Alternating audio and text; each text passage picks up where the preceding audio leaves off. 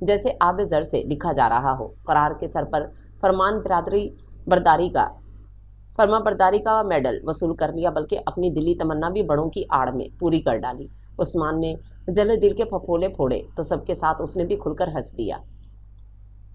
جس روز منگنی کی تقریب بخیر و خوبی اپنی تکمیل کو پہنچی، اسی روز سب کی صلاح سے ٹھیک 2 ماہ بعد محض 3 دن کے فرق سے دونوں شادیوں کی تاریخ رکھ دی گئی۔ طے یہ پایا کہ پہلے سبینہ رخصت ہو کر آغا پیلس جائے گی اور اس کی رخصتی کے تیسرے روز مہذیب کی رخصتی عمل میں آئے گی۔ اچانک ٹھہرائی جانے والی ان تاریخوں نے یکلخت تھی، دونوں طرف خوشگوار سی ہلچل مچا دی تھی۔ اکبر آغا کے فیصلے کی درستی کا احساس سبھی کو گزرتا وقت بخوبی دلا رہا تھا، جس کے باعث آج دونوں گھروں کے مکین اپنے درمیان موجود رشتوں کو ان کے صحیح تقاضوں کے مطابق نبھانے پر مجبور ہو گئے تھے۔ رنگوں اور خوشیوں بھری مصروفیت لیے یہ دن تیزی سے ایک دوسرے کے تعاقب میں دوڑے چلے جا رہے تھے۔ دونوں گھروں کی چونکہ یہ پہلی خوشی تھی، سو ہر کوئی بے انتہا مصروف اور مگن تھا، مگر اس سب کے باوجود بھی بیک جنبش ہی شوخیاں، شرارتیں اور انجوائمنٹ اپنے عروج پر تھی، جس کی زد میں ہر لمحہ چاروں آتے رہتے تھے۔ مہذیب، حسن اور سبینہ اپنی زندگی کے خوبصورت اور یادگار ترین دور سے گزر رہے تھے، جبکہ قرار کے نزدیک اس خوشبو جیسے مہکتے ہوئے وقت کی نہ کوئی وقت تھی اور نہ کوئی قدر۔ ان تینوں کے برعکس زندگی کے یہ دن اس کے لیے انتہائی تکلیف دہ اور اعصاب شکن تھے، جو لہجہ بہ لہجہ اسے اس کی متاع حیات سے ہمیشہ کے لیے دور لے جا رہے تھے، اور وہ چاہ کر بھی کچھ نہیں کر سکتا تھا۔ جس بے بسی اور لاچاری سے وہ اپنے دل کی دنیا کو گزرتے لمحے کے ساتھ لٹتے دیکھ رہا تھا، اسی بے بسی اور لاچاری نے اسے اتنا تلخ بنا ڈالا تھا کہ اس نئے رشتے سے وابستہ ہر شخص اور ہر چیز سے اسے شدید نفرت ہو چلی تھی۔ اس کا بس نہیں چلتا کہ وہ اپنے گھر والوں اور سب سے بڑھ کر اپنے ماں باپ کو ان کی خود غرضی اور بے حسی پر کوئی ایسی سزا دے کہ وہ تاحیات اپنے کیے فیصلے کے لیے مجبور ہو جائیں، اور اپنے انتقام کی تکمیل کے لیے اس نے جس ہستی کا انتخاب کیا تھا وہ تھی مہذیب فاروق، جس کے ذریعے اس نے نہ صرف اسے تمام عمر ہر وہ لمحہ اس کی خوشی کے خون کا بدلہ لینا تھا، بلکہ خود ان کے منہ پہ ان فیصلوں کے غلط ہونے کا اقرار بھی کروانا تھا جن پر وہ آج بات فخر اور مان سے خوشیاں منا رہے تھے۔ چونکہ قرار جعفر نے اپنی ذات، اپنی زندگی اور اپنی خوشی کو ہمیشہ اولین ترجیح دی تھی، سو اب سمجھوتا اور وہ بھی زندگی کے اتنے اہم ترین موڑ پر کرنے کو وہ ہرگز تیار نہ تھا۔ اس کا یہ فیصلہ دوسروں کے ساتھ ساتھ خود اس کی اور مہذیب کی زندگی پر کیا اثرات مرتب کرے گا، اس بات کی اس نے چندہ پرواہ نہ کی تھی، اور نہ ہی اسے اس بات کا احساس تھا کہ مہذیب فاروق کا اس سارے قصے میں کیا قصور، جو اپنی زندگی کے ہر خواب اور ہر خوشی کو اس کی ذات سے وابستہ کر چکی تھی۔ قرار جعفر کو پرواہ تھی تو بس اپنی محرومی اور اپنی شکست کی، اور جس کا مطلب تھا ہر ایک کی محرومی اور ہر ایک کی شکست۔ جناب قرار جعفر، میں نے آپ کا نکاح مہذیب فاروق جو کہ دختر فاروق آغا ہیں باعوض 15,000 روپے سکہ رائج الوقت کیا۔ کیا آپ نے مہذیب فاروق کو اپنے نکاح شرعی میں قبول کیا؟ قبول کیا۔ قاضی صاحب کے استفسار پر قرار جعفر کی سنجیدہ آواز ہال کی خاموشی میں گونجی، جو سبھی کی دعاؤں میں بلند ہاتھ آمین کے ساتھ نیچے ہوئے۔ چاروں طرف مبارک سلامت کا شور مچ گیا، ہر کوئی اسے آگے بڑھ کر گلے لگانے اور مبارکباد دینے میں مصروف تھا، جبکہ وہ نہایت سرد اور بے تاثر چہرے کے ساتھ وصول کر رہا تھا۔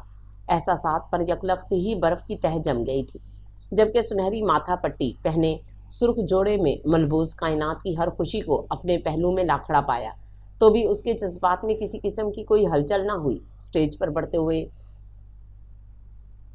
شور و ہنگامے اور کہکوں نے اس کی وحشت اور گھٹن کو اتنا بڑھا ڈالا کہ اس کا بس نہیں چل رہا تھا کہ وہ ہر چیز کو تہس نہس کرتا ہوا دور کہیں جنگلوں میں نکل جائے۔ ضبط سے سرخ ہوتے چہرے، سختی سے بھینچے ہوئے لبوں کے ساتھ وہ مہذیب کے برابر آیا، جو اس کی آمد پر قدرے سٹ پٹائی تھی۔ مسکراتی معروف اور دیگر کزنز نے اپنی اپنی پوزیشن سنبھال لی تو وہ اس کے برابر صوفے پر جا بیٹھا، جہاں اس کے بیٹھتے ہی مہذیب نے بے اختیار سکڑ کر اسے دیکھنے کی کوشش کی تو معروف اور دیگر لڑکیوں کے درمیان میں گھری وہ خود کو گھیرے ہوئے بے بسی سے کڑھنے لگی۔ معروف نے آگے بڑھ کر دودھ کا گلاس مہذیب کے لبوں سے لگایا تو وہ چند گھونٹ پی کر پیچھے ہٹ گئی، جس کے بعد معروف نے گلاس قرار کے لبوں سے لگا دیا۔ ایک تو آپ دودھ پلا رہی ہیں اور اوپر سے کیوں نہ پلاؤں، کیوں نہ جماؤں دھونس، آخر وہ میرے اکلوتے بہنوئی ہے، وہ اٹھلا کر بولی تھی۔ اللہ رے ذرا اکڑ تو دیکھو محترمہ سالی صاحبہ، اکلوتے بہنوئی کا اگر اتنا ہی خیال ہے تو یہ دودھ پلائی کے نام پر کھال کھینچائی تو نہ کرے نا۔ بائی دا وے ذرا یہ تو بتائیں کہ ہمارے یار کو آپ کے اس جھوٹے دودھ کا محض ایک گھونٹ کتنے کا پڑنے والا ہے؟ فائق نے مسکراتے ہوئے پوچھا۔